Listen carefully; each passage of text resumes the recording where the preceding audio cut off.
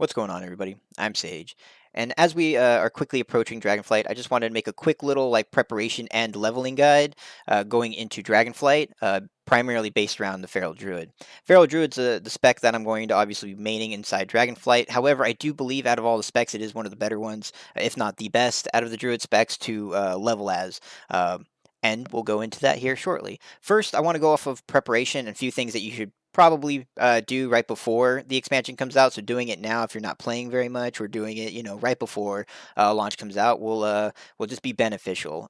One of those things is going to be setting up your UI. So make sure that you have whatever makes your UI fit your character or your playstyle. Make sure you have that all sorted out, as well as like any add-ons or anything that you feel comfortable with using. But also on the flip side of that, make sure that the Blizzard-based UI that you have something set up there. Build one of their little profiles and save it, just in case on the off chance any of those your current UI stuff breaks.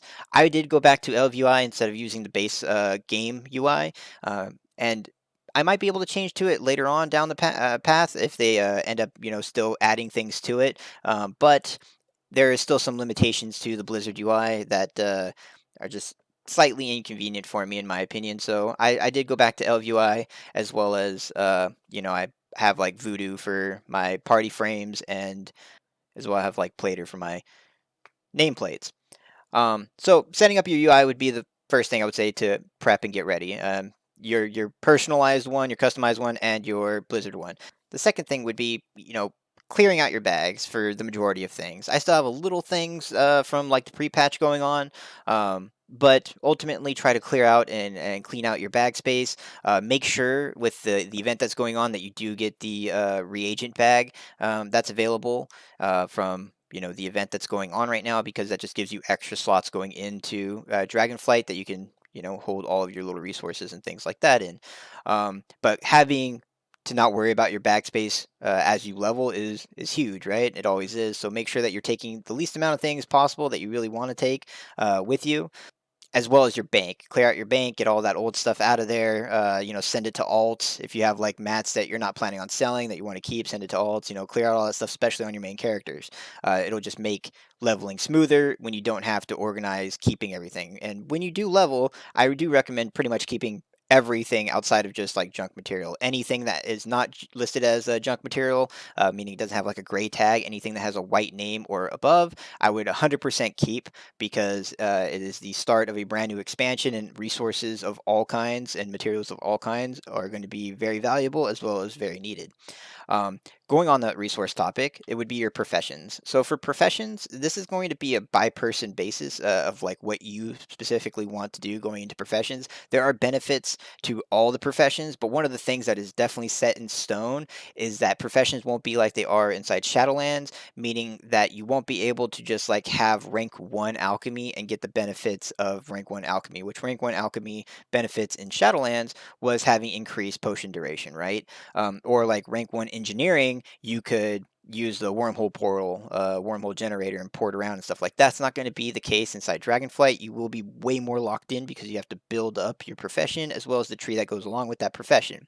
However, when you're leveling, it's not as essential to have the thing that you're going to end up leveling up maxed out. And what I mean by that is that when you're leveling, one of the things that you get that will more than likely be pretty useless for you is going to be the gear that you get from quests. When you're leveling up inside Dragonflight, if you've been playing at all recently, you will have a massive item level over what the item level is going to drop from the initial quest all the way till pretty much the last zone, I would say. You're going to have very few upgrades going there. And that was the same with Shadowlands. Most of us that were decently geared going into Shadowlands didn't get any kind of upgrades until you got to Ravendreth, which was the last zone inside Shadowlands.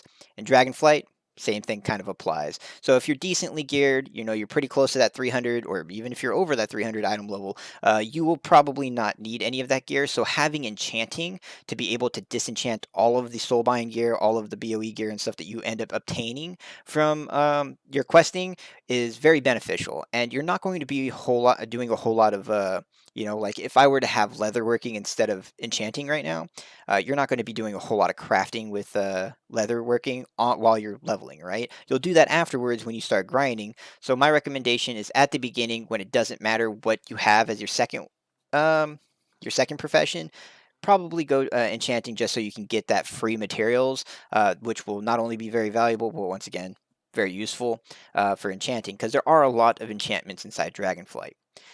So that's my first recommendation with professions. My second one is have some kind of gathering profession when you're leveling. Because you're going to be visiting all of the zones, you might not make it your main priority to gather, but it's free stuff that you get if you just have it while you're questing. Not only does it give you XP, but it does also, give you additional resources as you're going, and it kind of gives you a lay of the land in terms of where to gather and so on and so forth. Me personally, I do plan on going leatherworking. It might not be the most optimal, I would say, out of everything, but it is very good because all of the characters I play myself are all leather wearers. So pretty much the three that I'm going to be taking in Dragonflight off the get-go, like I typically do, is going to be my Druid as my main, my Demon Hunter, and my Rogue, which are all leather wearers. So having leather working and skinning on my main, because I'll be playing him more often, means that I'll have more resources for that typically, and then I'll be able to craft gear for all of those three specs, as well as the other enhancements you get from leatherworking. So I would say get a gathering profession. If you want to go double gathering profession and just keep all of your gear in your bags or send it to your bank, so on and so forth, that way you can disenchant it later on. That's a thing to do as well, where you can go in and have like herbalism as well as mining, or you can have skinning and mining, so on and so forth, skinning and herbalism. But having some kind of gathering profession as you're leveling is definitely efficient. So I would recommend that. Me, I'm going to go with skinning and enchanting at off the start, and then I'll switch off my enchanting to go into leatherworking, and then I'll be leveling that up from there.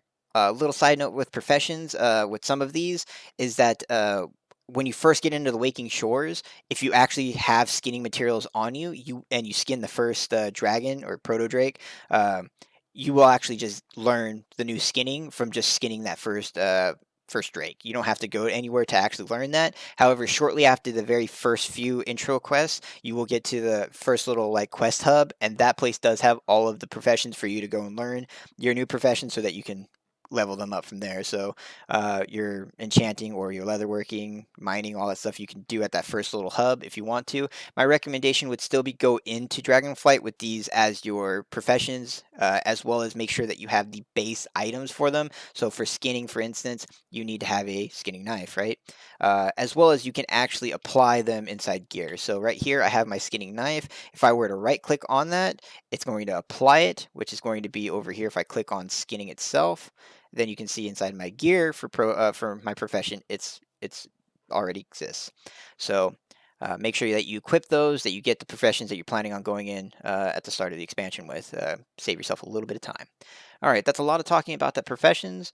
Now, going into this is past preparation, right? We have our UI set up, we have our bags cleared out, we have our professions selected.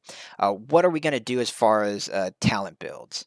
All right, so for talent builds going initially into Dragonflight, mine is actually going to vary from what you might find on like Wowhead and stuff, just because there's certain things that I value over like sustainable damage, because once again, if you have been playing the game, you're going to be massively overpowered comparative to the mobs that you're fighting, meaning that since everybody's going to be there, there's going to be a lot of people, as well as everything's just going to die extremely fast. So the objective of this is for speed as well as for tagging, because tagging is going to be very essential in order to level efficiently, especially to get ahead of the pack and get away from the initial group of people, which is what you typically want to do when you're going into leveling in any expansion. You want to get ahead of the group so that you can actually be the first person to get there for resources, for quest kills, for spawns, and so on and so forth. That tagging at the beginning is very, very strong. And Feral Druids now have this pretty easily because of the fact that we can spec into Lunar Inspiration very easily. Lunar Inspiration itself, with our addition of having our Astral Influence, is a 43-yard ranged ability that we can do as Feral Druid, which is very, very strong. So if you look at this, the things that I went in to kind of enhance this build is I did go into Nurturing Instincts to get you a little bit more damage on that Moonfire. On the Druid side, I also spec down to the 1-minute Stampeding Roar because speed is very good.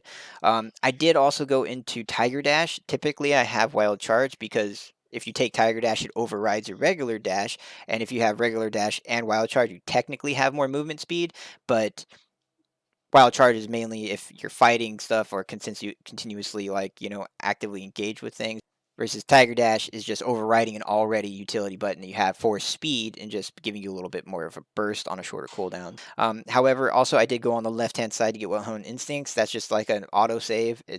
I would say always take this in any build, really, because it is just an autosave, right? It's going to pretty much rescue you from dying. Um, if you fall below that 40% threshold, which in questing, if you pull too much or you pull something you don't know the strength of, it's great to have. On the right hand side, when you go into the actual feral spec, I did go with most of the AoE options going down the tree because you're going to try to push your damage out on as many targets as you want or as you can. And Primal Wrath and our mass AoE is very, very strong in this regard because of the fact that we can just put our bleeds on it and walk away, right? For the damage type, though, our bleeds are not going to be the damage we want to focus too much on. It's obviously going to be there, and Primal Wrath is going to be very strong, but direct damage is going to be more beneficial because even your Primal Wrath for 9 seconds, these mobs are not living for 9 seconds. So Ferocious Bite is very strong inside leveling just because it's going to instantly kill that one target that you're fighting. And, past that, you can Moonfire and then Dot if you have a ton of them around. And so I went with having Lunar Inspiration, as well as having full energy and full energy regeneration. I still took into having like Tear Open Wounds where you do extra burst damage as well as 1 point. I opted into both of Moment of Clarity, not only for energy regeneration because you get 50% more, but also it's just pure damage. Over here, instead of going with Raging Fairy like I typically do, I went with Tiger's Tenacity because we won't have as much crit going into Dragonflight, so this is actually a good like builder up for combo point generation. Same thing, Blood Talons, not worth it because things are going to die before you fully utilize Blood Talons across it, so just go with Lion Strength. Did go with Brutal Slash. Brutal Slash is on a charge system, but because how strong Brutal Slash is and how fast things die, you don't really need to have infinite swipes. And that's pretty much the reason why I went with this build. It's just getting as much direct damage as you can out as fast as you can. Coming down the center and getting like Convoke. Convoke is good, but it's a 1 minute cooldown, right? But on top of it being a 1 minute cooldown, if you have it spec'd in. Right now it shows 1 minute because I'm still on pre-patch right now, and I have the legendary for it. But this would be a 2 minute thing unless you went all the way down to Ashman's Guidance, and that's giving that you're losing so many points to get down to it, right? And the 1 minute, sure, it's super strong, but once again, the mobs you're fighting are not. So having something that's more consistent base versus just this 1 minute, you can pretty much kill anything around you, is why I enjoy what I'm showing you versus trying to go down to the Convoke build. So yeah, I would spend my points elsewhere. So getting these things up here at the top give you a little bit more consistent direct damage instead of relying on a cooldown, and being able to tab target around and or just click around and use your Moonfire on tagging everything, even if it's dying by other people's means. You can just sit there and from 43 yards away, you can tag it all up. As you get more points, I would definitely go down into like Rip and Tear. You can go into Apex Predators. This isn't going to be as strong once again because everything's dying super, super fast. That's why it would be kind of like an end thought. Same thing over here with like going into Feral Frenzy. The extra defensiveness isn't exactly needed because Feral Druid's very tanky, especially in leveling, because not only can we stealth to avoid most of the damage, but we also have our predatory swiftness where we can heal ourselves continuously. You have Barkskin still, and you can go into survival instincts, but once again, this is like just super defensiveness where it's not really needed when you're leveling to have a 50% DR kind of ever in leveling. So I would definitely go with like getting Feral Frenzy, coming down here, getting like Rip and Tear, Apex Predators, and then after that you can start and like get your 1 point into Jagged Wounds, maybe take some of the Taste for Blood so you can have bigger bites. And this is purely just for leveling. You could also go with a little more defensiveness with going with Protective Growth if you want to while you're leveling. That way you just always have a DR on yourself, which is decently strong. And that's ultimately the build. Over here on the left-hand side, things like Typhoon and Vortex, you don't really need them when you're leveling because you're not trying to CC control them. The only time you're trying to CC control them is if they're killing you, and not really too much danger when you're leveling, to be honest. So instead of going with more of the CC as you gain points on this left-hand side, you can kind of go into more tankiness, go down and get like thick hide, or you can put the 1 point into rejuvenation and go down and get like improved bark skin, as well as you can get verdant heart, which will just increase your healing from your well-honed instincts and stuff like that. Um, and that's ultimately the build I'm going to go in to Dragonflight with, because being able to tab target and tag everything is super strong. Try that out. See if it works for you going into Dragonflight. There are a few more things that I want to cover when you actually get into Dragonflight. And so let's jump over to my beta character that has that on it.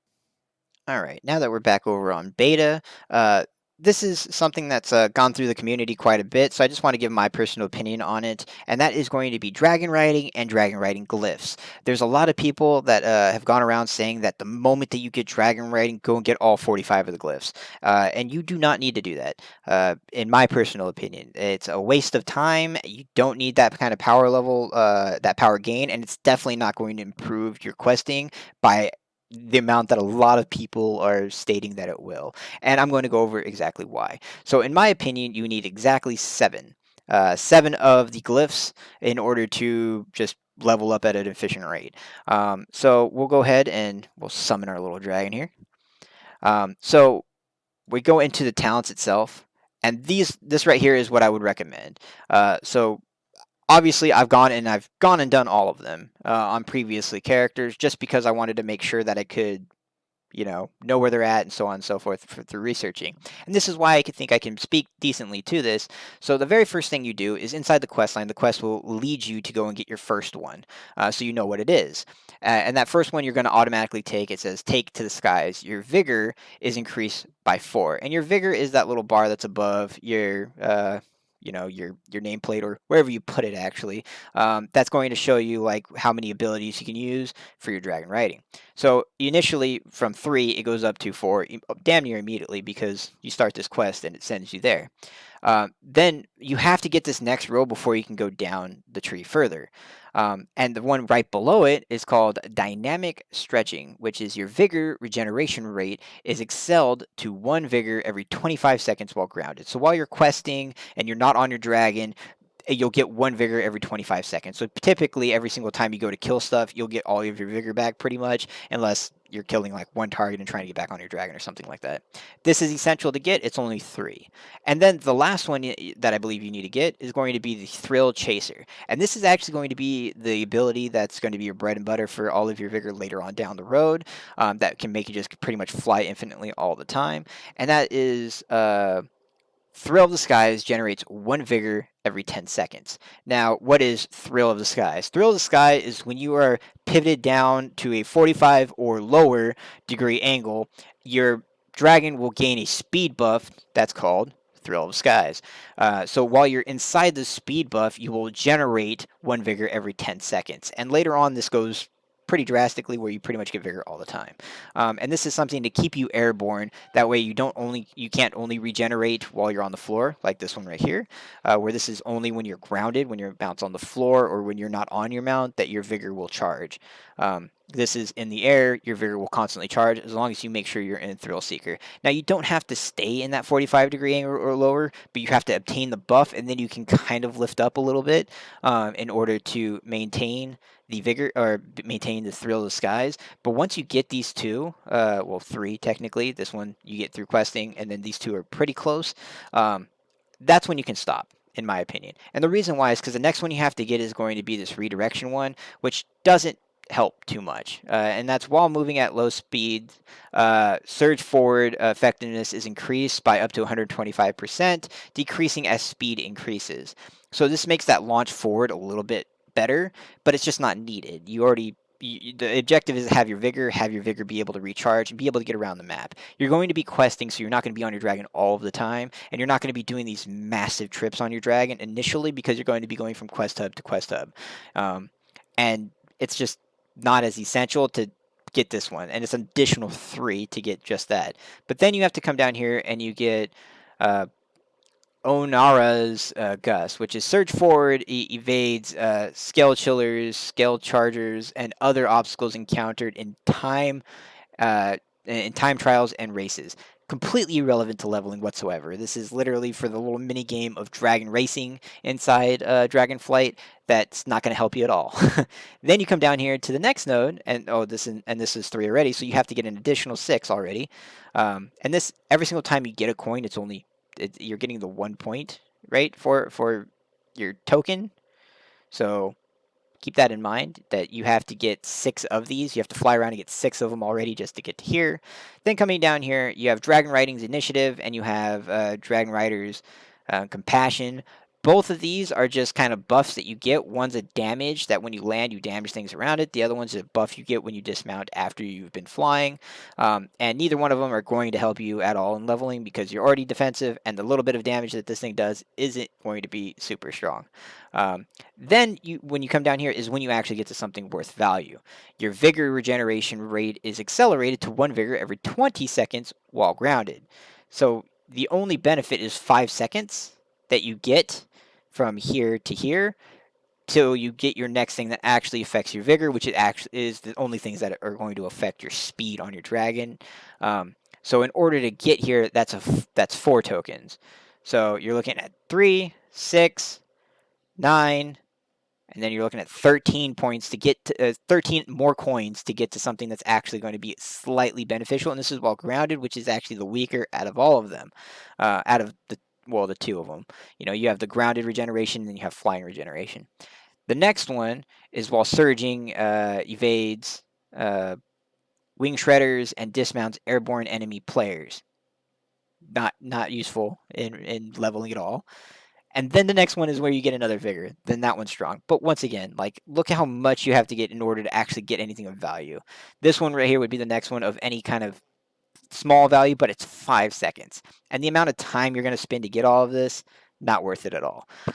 So instead of going over all of the rest of them, I'm just going to simply say you need 7 of them. You need 7 of them, and you need to take it over to this first one, which you have to take, which is take to the skies, come down here, get dynamic stretching, and then jump over, get thrill chaser, call it a day, go do all of your leveling. Once you're done leveling, then you can go and get the rest of these. Or if you like, by the time you're done leveling inside Waking Shores, you want to go and grab the last couple of them that are around Waking Shores, sure, go for it.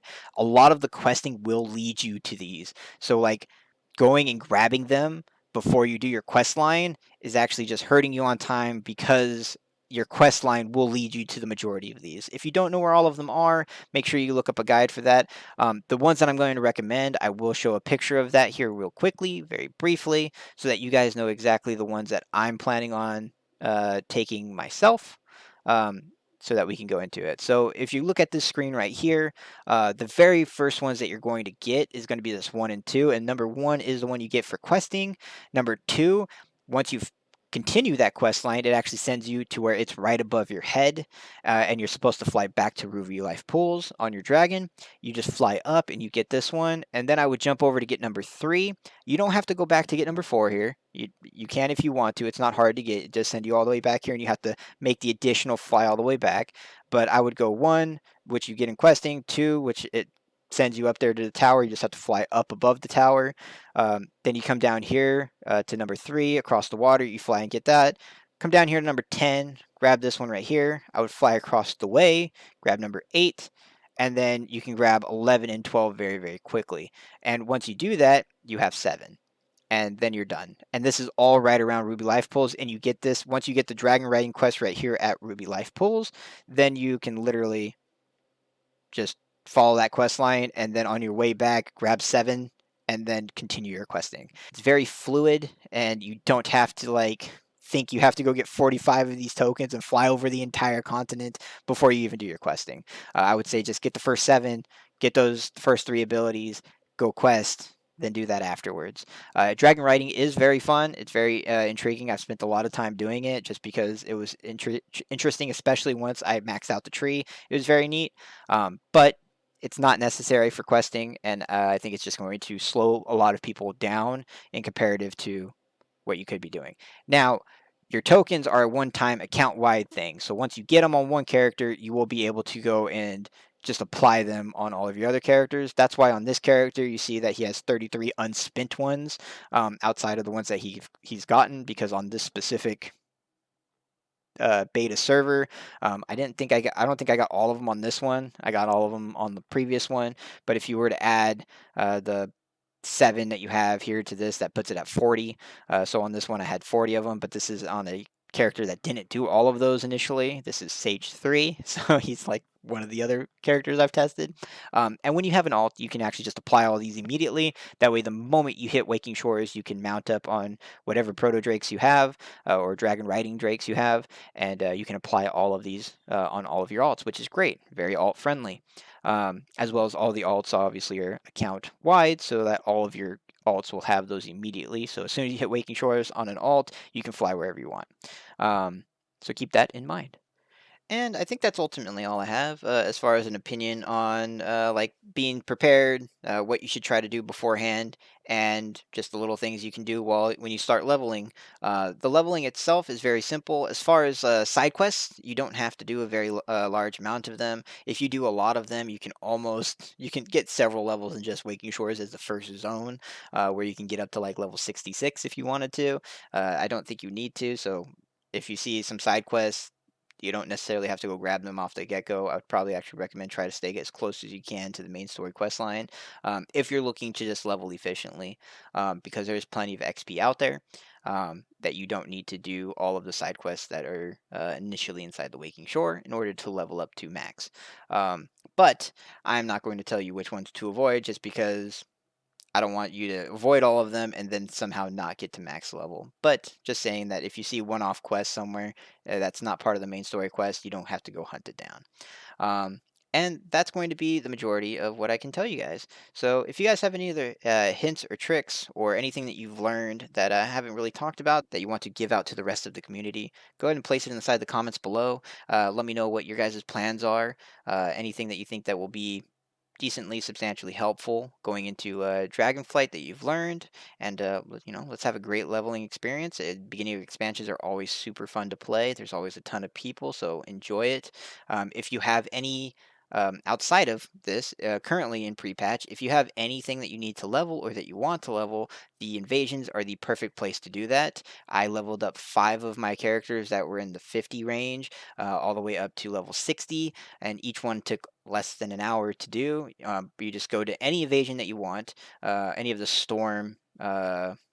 I don't know if invasion is the right thing, but elemental storms that are going on, the events, and just sit there and tag mobs while people are killing them, and just do damage to all of them, and it gives you a massive amount of XP. Make sure that you apply that anniversary buff to your characters, and then in under an hour you can get characters from 50 to 60 extremely quickly. I currently have all of the classes leveled up to level 60, ready to go into Dragonflight because of the fact that you can level them up super fast. So, enjoy that. Enjoy pre-patch. Enjoy the little gearing and stuff that you can do. And then hopefully this helps you when you start off in Dragonflight. And past that, I will be streaming this weekend because Mythic Plus is out again, as well as I will stream when Dragonflight launches. So tune into the stream at twitch.tv/sageshifter. And if you like this content, give me a like and subscribe. And I will see you guys in the next video. All right, bye.